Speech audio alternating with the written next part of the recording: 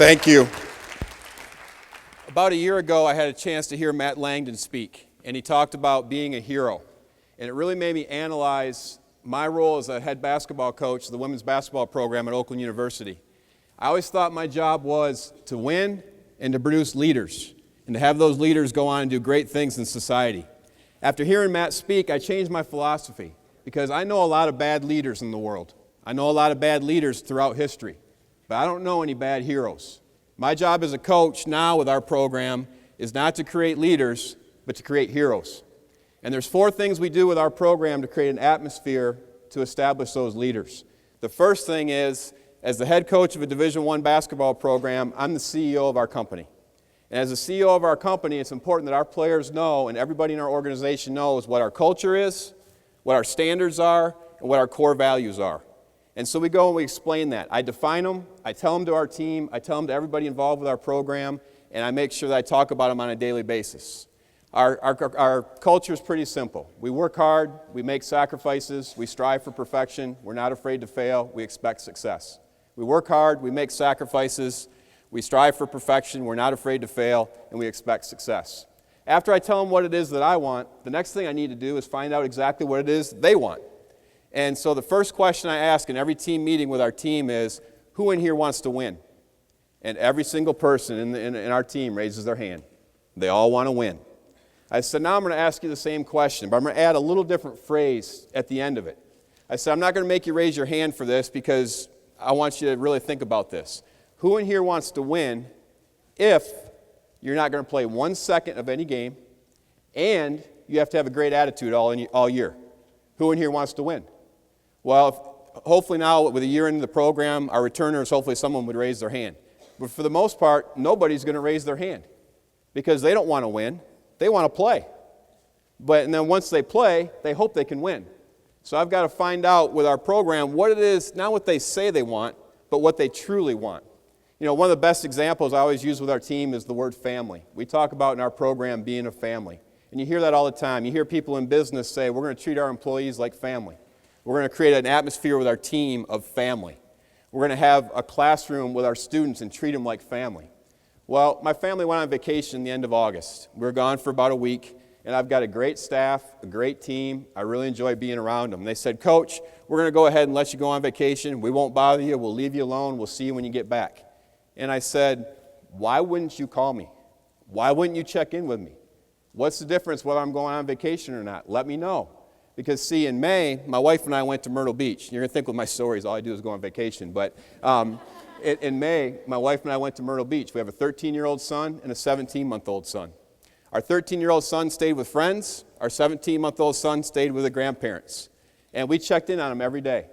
Can you imagine if one of my sons were to call me and get my voicemail, and my voicemail were to say, sorry, I'm out of the office until May 25th. Please leave a name and number and a brief message. I'll return your call upon my return. What about if my son sent a message to me on email? And he said, Dad, just had a baseball game. We won 4-2, had 2 RBIs, played great, loved Jordan. And he would have gotten it kicked back to him, and it would have said, sorry, I'm out of the office until May 25th. I have limited access to email. I'll respond to you at my earliest convenience. Would you ever do that to your family? There's no way you'd ever do that to your family. So how can I go to our basketball team and say, we're going to be a family, except for when I'm on vacation. But as soon as I get back, we're going to be a family again. It doesn't make any sense. We're going to run a successful business. We're going to be successful in business, but just don't bother me after 5 o'clock. Now, when I get back to work at 8 o'clock tomorrow, we're going to be successful again. It doesn't make any sense. And we talk about that a lot with our players. I need to tell them what it is I want. We need to find out what it is that they truly want. And then the toughest part is, how do you bring that together? Because on one end you want to win, on the other end they want to play. So what do you do to bring that together? And I've got a story. I'd like to give credit to whoever wrote it, but I have no idea. But I got it sent to me. I thought this really fits with how you tie the two things together. My dearest Emily, I came by tonight to retrieve your tooth and leave your payment. However, because of the condition of your bedroom, I had a horrible time even getting to your bed safely. Once there, I was unable to locate the tooth pillow due to the amount of pillows, blankets, and bodies in your bed. I will have to come by on a different night. Perhaps you can take the time between now and then to properly clean and organize your room. I bet if you ask your mother nicely, she even help you do it. Much love, the Tooth Fairy. Now, think about that story. The mom wants the room clean, the kid wants the Tooth Fairy to come. She got creative, she made both things happen. That's where leadership comes in. That's where leadership comes in. Leaders can take what they want, find out what it is you want, and bring the two things together. What did we do in our program to take the next step? The next step we took with our program is, when I meet with our players, I meet with them once every 2 weeks individually. And we have an open door policy, they can come see me anytime, but once every 2 weeks, I meet with our players individually. In one of our first meetings, the thing I ask them is, what are your fears? What are your fears? I need to find out what it is they're afraid of if I'm going to send them out into the world to be true heroes. You know, we have a player on our team. She's 4.0 student, great personality. Everybody loves her, not just on our team, but throughout campus. She's someone that could run for President of the United States, and there's no doubt I would vote for her. She's unbelievable. But you know what one of her fears is? She's afraid of public speaking. She's afraid of public speaking. How would I know that if I didn't ask? Because her personality does not reflect the fact that she's afraid of public speaking. But I had to ask that question. And now that I know what her fear is, next week I'm speaking on another campus about leadership. Well, guess who's coming with me? She's coming with me.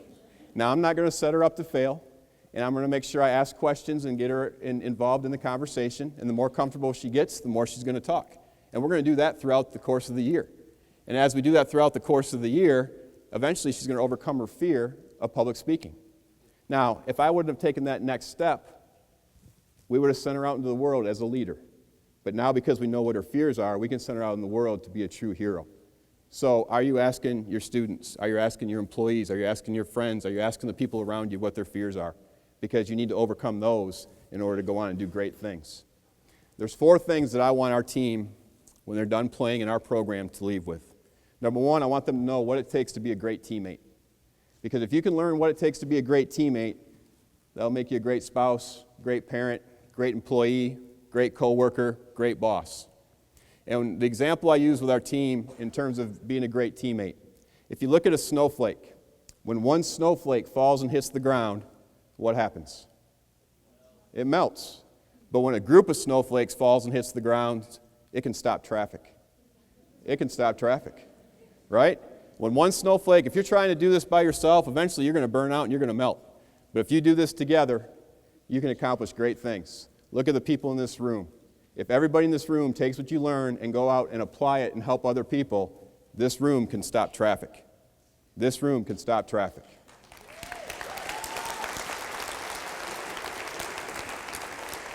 We have a sign in our locker room, and we have a sign in our locker room that says, if you're not ready to be a great teammate today, turn around.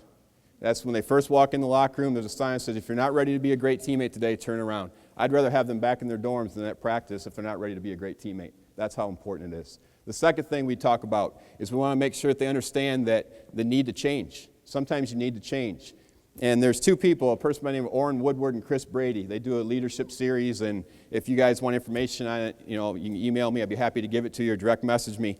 But they have a quote. Do you hate losing enough that you're willing to change? Or do you hate change enough that you're willing to lose? Do you hate losing enough that you're willing to change? Or do you hate change enough that you're willing to lose? Because see, some people will go through life and they'd rather lose, blame other people, make excuses, and not change, and they're okay with that.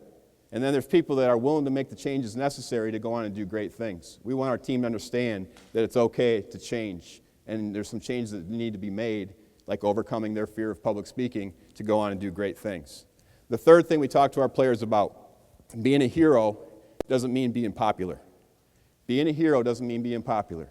My 13-year-old son, we have what we call Random Text Day. And Random Text Day means give us your cell phone anytime, morning, noon, or night when we ask for it. And we're going to check your texts. We're going to see who called and who you called. Now, is that popular? No. Does he like it? Absolutely not. Do we care? No.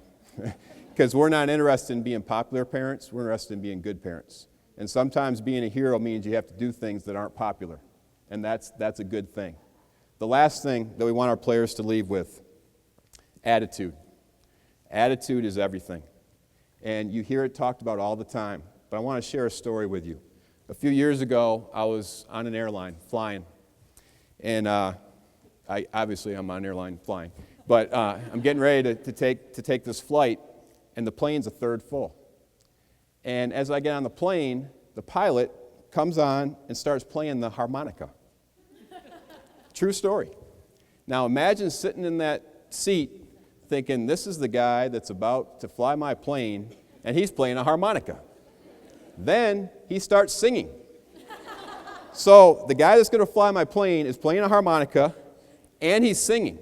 And the next thing I know, the people on the plane, they're all singing and clapping too. Now, I got to admit, I wasn't one of them, okay? I'm sitting there thinking, this guy is about to fly our plane, and he's playing a harmonica. Now, the good thing is, if he flies as well as he plays a harmonica and sings, we're in good shape, all right? Because he was pretty good. And then he gets behind the cockpit, closes the door, and all of a sudden the stewardess gets on the PA. And she says, hurry up, everybody. If you're in the aisle, I need you to move to a window as fast as you can. Get there as quick as you can. Quick, quick, quick, quick. Well, I'm thinking there's some kind of emergency, and I'm on an aisle. So I unbuckle my seat, I slide over by a window, I hurry up, tie up my seatbelt, tighten it real tight, and I'm thinking, what in the world is the emergency? And she gets on, she says, oh, thank you. We're taxiing down the runway. She goes, thank you. One of our competitors' airplanes is about to go by. We want to make them think that it's full.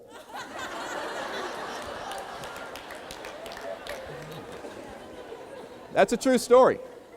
Now, here's the moral to that story. By the time we're done, they had me singing and clapping. And when we got off the plane, we weren't talking about the plane being a third full. That pilot could have easily said, I can't believe I got to fly this plane that's only a third full. That stewardess could have said, I can't believe I got to get on and work this plane that's only a third full. Instead, they said, we're going to create an experience that you're going to remember for the rest of your life. And they did, all right, and they did. But because of their attitude, because of the way they approached it, when we got off that plane, not one person talked about the plane being a third full. Every single person talked about the experience. And I guarantee you, as time goes on, that next flight gets 2/3 full. That next flight gets full. So your attitude leaving here right now, this doubled from a year ago. And if you go out here next year and you take that attitude, there's no question that this room in here can double next year because you are the heroes of the world that can make a difference. Thank you very much.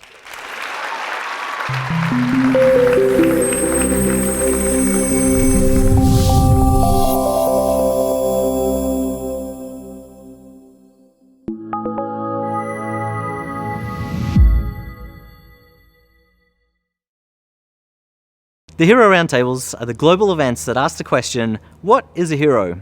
You've just seen one hero talk. To find more and join the conversation, visit our website or social media.